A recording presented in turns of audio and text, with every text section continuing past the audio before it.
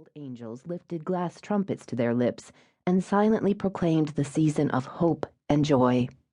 The greenery was decorated with tiny paper angels, handcrafted by children and put there during a sponsored project with the local schools.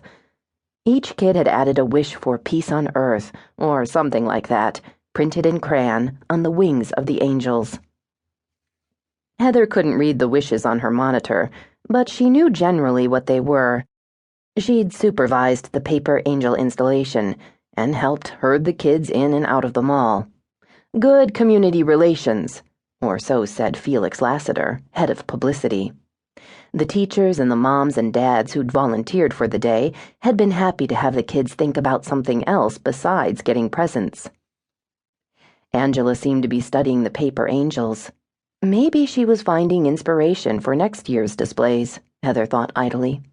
She picked up a page on top of the stack without reading it. She looked up at Brian. "Hey, when are you taking that skiing vacation? I forgot to note it down." "My flight to Colorado leaves tomorrow morning, and I'm not coming back until after New Year's. You and the team are going to have to hold the fort without me." "I don't know how we'll manage," she said dryly, then sighed. "Have a good time. Don't break a leg." He gave her a broad grin and closed the door after himself with a soft click. Heather rifled through the security reports, not seeing anything that required immediate action. For the briefest of seconds, she turned her attention back to the monitors, noticing absently that Angela Steinhart had disappeared from view before she began to study the paperwork in front of her. Continuing on her way through the mall, Angela stayed close to the walls so as to avoid the holiday shoppers thronging near the shop windows and filling the corridors.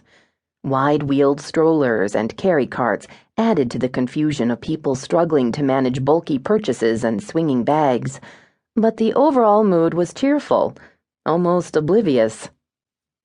A faint shiver ran up Angela's spine, even though the indoor air was warm. She forced herself to keep on going, rising through the multi-leveled mall on a series of escalators framed in glass and steel. Looking over the heads of the shoppers, she picked out her other displays and gave one last look back at the silver and gold angels, as if reassuring herself that they were still there, larger than life. Everything seemed to be all right, but she wasn't. That was why she was here. Angela had to connect with someone who might understand. She had an idea who she was going to talk to, but not what she would say. Telling herself she'd worry about that when she got there, Angela glanced down at herself. Maybe she should have changed her clothes.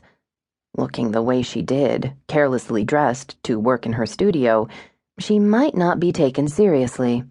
Oh well, either they'd listen or they wouldn't. It was as simple as that. Angela decided she would ask to speak to the young woman in security. Well, not really so young. 28 or 29 would be her guess. Heather something. Angela remembered her from the day she'd been mistaken for a shoplifter and brought into the offices and searched. Eventually, the whole thing had blown over. Her father's well-known name had helped. The reception area for the administration offices of the mall wasn't very big. 3 comfortable chairs and pots of brilliant Christmas poinsettias took up most of the space. A girl slightly older than herself sitting at an undersized desk completed the small cubicle. "I want to talk to Heather," Angela said boldly as she stared down at the young, fresh-faced receptionist. The girl set her face on a smile and pressed a button on the phone. She spoke quietly, then nodded at Angela.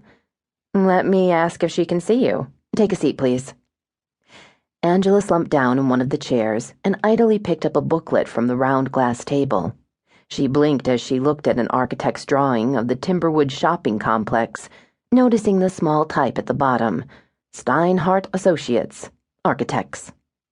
The receptionist had to speak twice before Angela heard her. "Miss Andrews said you can go on in." "Thanks."